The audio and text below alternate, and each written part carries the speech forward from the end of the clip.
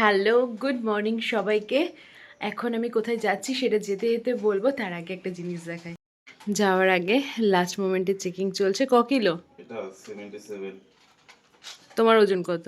71। 6 kilo. বাবাও চলে এসেছে আমাকে দিয়ে আসতে।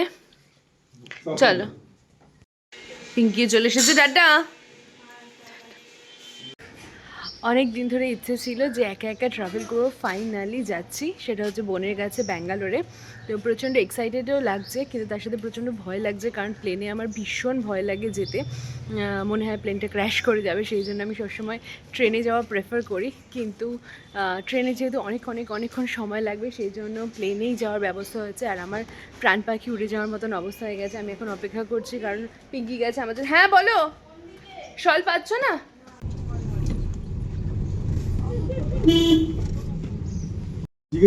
চলে এসেছি আমরা। এটা কি 18 নম্বর গেট? না, ভেতরে 18 নম্বর গেট। হ্যাঁ, এইটা দিয়ে ঢোকা যাবে। যে কোনো জায়গাতে ঢুকে গেল। ওকে, টাটা। বাবা ভিক্টরি দেখাচ্ছে। প্রচুর যুদ্ধ করে ফাইনালি আমি চলে এসেছি 18 নম্বর গেটে। কি যুদ্ধ করেছি সেটা আমি প্লেনে উঠে চলে এসেছে আমার প্লেন। আমি আপাতত যাচ্ছি একটা কফি খেতে। কফি খেয়ে তারপরে, কারণ আমার হাতে এখনও 1 ঘন্টা 20 মিনিট সময় আছে। এয়ারপোর্টে আসলে পরে রিয়েলাইজ করি আমি কতটা গরিব। তার কারণ হচ্ছে কফি কিনতে গিয়েছিলাম 280 টাকা। বাঞ্ছারামের এখানে আসলাম, এসে ভাবলাম যে কফি সস্তায় কিছু পাওয়া যাবে। বাঞ্ছারামে পাওয়া যাচ্ছে না, তো 280 টাকায় কফি অসম্ভব। আমি প্রচণ্ড গরিব। ভালো হয় যে এখানে আসলে পরে বুঝি যে টাকা পয়সা আমার কিছু নাই, আর মানুষ খাচ্ছেও ভরে ভরে 280 টাকা দিয়ে কফি খাচ্ছে। অনেক টাকা ইনকাম করতে হবে। চলুন আপনাদেরকে অ্যাটলিস্ট দেখিয়ে দিই এই সেই জায়গাটা যেখানে 280 টাকায় কফি পাওয়া যাচ্ছে।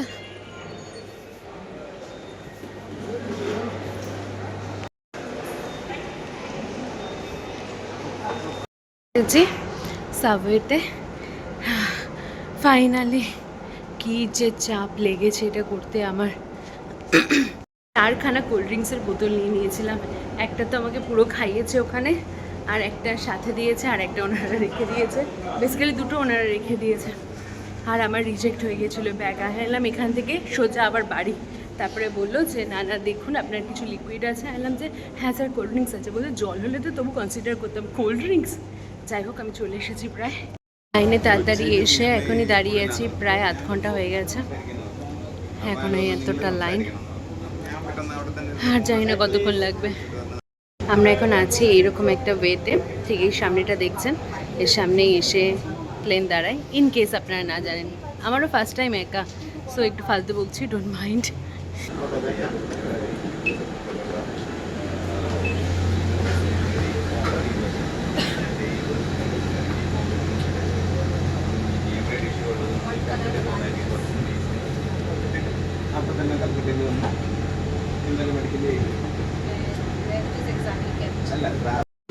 উঠে গেছি। আর সব থেকে মজার ব্যাপার হচ্ছে আমার পাশে 2টো সিট ফাঁকা, আমার সামনে 2টো সিট ফাঁকা, আমার পেছনে 2টো সিট ফাঁকা।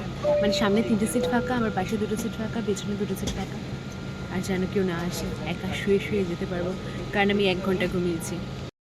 প্রথম যখন প্লেনটা ওড়ে তখন এই দৃশ্যগুলো ভীষণ সুন্দর লাগে।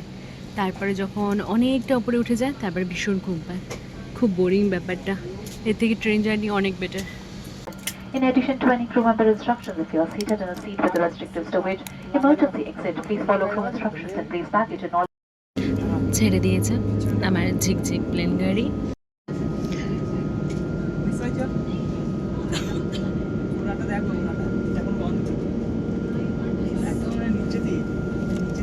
এই ঘোরানো অবধি তো বড় ভালো লাগে, কিন্তু এই ঘোরানো শেষ হয়ে যখন সামনের দিকে যায় আর তারপরে ঠিক এইভাবে ওড়ে, আমার প্রাণটা ঠিক এইভাবে ওপর দিকে চলে যেতে থাকে।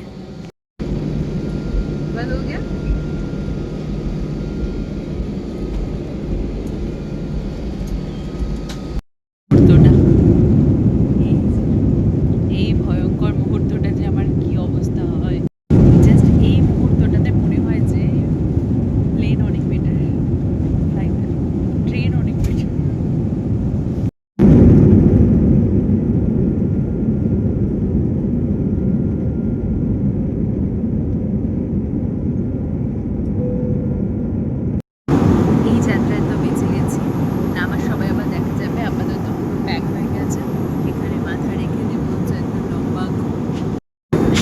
একটা পাওয়ার ন্যাপ নিয়ে নিয়েছি 0.5 ঘন্টা, কিন্তু প্লেন কত দূরে গিয়েছে সেটা বোঝার কোনো উপায় নেই।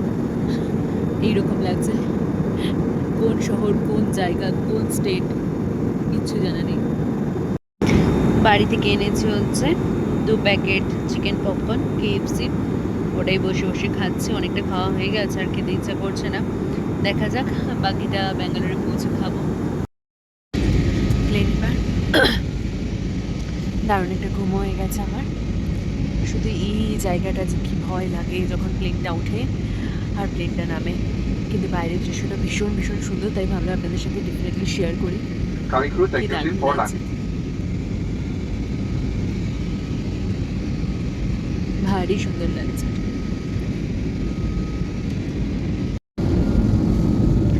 ফাইনালি নেমে আবার উঠছে, টেস্ট করেছে, নেমে আবার উঠে গেল, আবার উঠে গেল। গড, এবার আমার প্রচন্ড ভয় লাগছে। আবার নামার প্রসেসিং, আবার এক জিনিস। ও গড, ও গড। প্লেন নেমে আবার উঠে গেছে। তবে এই সাইড সিনটা বেশ সুন্দর, এটাই যা ভালো লাগা। বেঁচে থাকি বা না থাকি, দৃশ্যটা দেখা হয়ে গেল। ফাইনালি রানওয়েতে নেমেছে, আই হোপ যেন আর না ওঠে।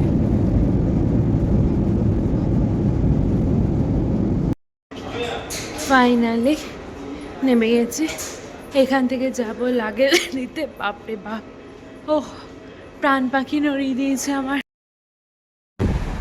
বেরিয়ে গেছি এয়ারপোর্ট থেকে, তিতলি র্যাপিডো বুক করে দিয়েছে, র্যাপিডো নিয়ে এখন যাচ্ছি হচ্ছে বোনের কাছে। বোন বলেছিল এখানে নাকি বেশ কমফোর্টেবল ওয়েদার, খুব ঠান্ডা ঠান্ডা থাকে। আমি বলছিলাম যে কলকাতা থেকে এসে হয়তো এখানে বেশ ঠান্ডা ঠান্ডা লাগবে, কলকাতার ডবল গরম। কলকাতায় যে গরম রেখে এসেছি তার ডবল গরম, পুরো মোটামুটি অবস্থা খারাপ হয়ে গেছে। একটুখানি টাইমের মধ্যে ট্যান ফ্যান করে গল্প শেষ স্কিনে গিয়ে একটা লম্বা ঘুম আর 1 কাপ কড়া চা লাগবে আমার। আমরা এখন খাচ্ছি লস্যি, আর বোন খাবে হচ্ছে, কি খাবে বোন এটা? গুদগুদ নিলি, গ্রেপ লাইম। এখানে তুই যাবি, তোর রুমের অবস্থা এই এইটা হচ্ছে রুম, আর এই হচ্ছে সাইড। প্লিজ, আপনি আমার ভিউতে আসছেন। আর এই হচ্ছে ওয়াশরুম, একটা ইসেও দেয়নি, ব্যালকানিও দেয়নি। এই 1000 টাকা থেকে সোজা যাবো হচ্ছে লাঞ্চ করতে। কোথায় যাবো লাঞ্চ করতে আমরা? এটা হচ্ছে ক্যাফেটা হাল্ট, দেখে তো বেশ সুন্দর লাগছে। বোন জানিস চায়ের দাম কত? 320। বাইরে খাচ্ছি 20 টাকা না, ওখানে তো হয়ে গেছে আমার অবস্থা খারাপ, ওখানে আর কি খাবো। ন্যাচারাল ডিটক্সিক ওয়াটার দেওয়া, নিচে হচ্ছে লেবু, উপরে পুদিনা। কি আছে দেখি এটা? ব্যাঙ্গালোরে ফিল্টার কফি। এই কত কত কত নিল এই ফিল্টার কফিটা? 15 টাকা। বাহ, চলে এসেছে আমাদের ধোসা, অথেন্টিক। আর এই যে অথেন্টিক সাউথ ইন্ডিয়ান পার্সন। খাওয়া দাওয়া হয়ে গেছে, বেরিয়ে গেছি আমরা। এখন যাব হচ্ছে, হ্যাঁ গাছ প্রচুর, এখন যাবো হচ্ছে সজ্জা হোটেল। বোন এবার আমাকে 3 ঘন্টা ঘুমাতে হবে, তাই তো? 4 ঘন্টা। ফাইনালি প্রচুর যুদ্ধ করে, মানে আজকে আমার সাথে এয়ারপোর্টে যা হয়েছে, আমার ব্যাগ রিজেক্ট হয়ে গেছে, কারণ আমার ব্যাগে 4টে বোতল ছিল কোল্ড ড্রিঙ্কসের। তারপরে আমার 1 কেজি বেশি ছিল, তো 2500 টাকা ডিমান্ড করছিল, সেটা আমাকে হ্যান্ড লাগেজে নিতে হচ্ছে। প্লাস আমার পাশে একজন আবুধাবি যাচ্ছিল, তার যাওয়া ক্যান্সেল হয়ে যাচ্ছিল, সে যেতে পেরেছে কিনা জানি না। তারপরে আমার প্লেন টেক অফ বলে তো না, হ্যাঁ টেক অফ, ল্যান্ড করে আবার টেক অফ করেছে। মানে ল্যান্ড করে যাওয়ার পর টেক অফ যখন করেছে আর উঠেছে, তখন পুরো প্লেন ফ্রিক আউট করে গেছে, এরকম ভয়ঙ্কর অবস্থা হয়েছে। তো যাই হোক, তারপরে কোনো রকমে কত নিল আমাদের? 1100 800 কত টাকা হয়েছিল, অনেক কান্নাকাটি করে 1100 টাকা আরও চাইছিল, তো 1100 টাকায় রফা দফা করা হয়েছে, ফাইনালি পৌঁছেছি। কিন্তু খাবারটা ভালো খেয়েছি দুপুরে, চোখ দেখেই বুঝতে পারছেন। এখন আমি যাবো স্নানে সোজা, ঘি মশালা পরি ধোসা ফাটাফাটি। আর এখানে কি কি কফি ছিল ওটা? Filter coffee. কলকাতায় কেন এই কফিটা কেউ বানায় না, অপূর্ব খেতে ছিল। যাই হোক, খেয়ে ঠেয়ে আমার অবস্থা খারাপ হয়ে গেছে। এখন আমি যাবো স্নানে, আর স্নান করার পর আমি জানি ডেফিনেটলি আমি আসবো বিছানায়। তো তার আগে আমি চাই যে ব্লগটা শেষ করে দিই এখানে, কারণ নাহলে আমার ব্লগটা শেষ করা হবে না। তো এখানেই শেষ করছি আজকের ব্লগ। আজকে আবার ব্লগ করবো ঘুম থেকে ওঠার পর, আবার ব্লগ করব। তো এখানেই শেষ করছি এই ব্লগটা। টাটা।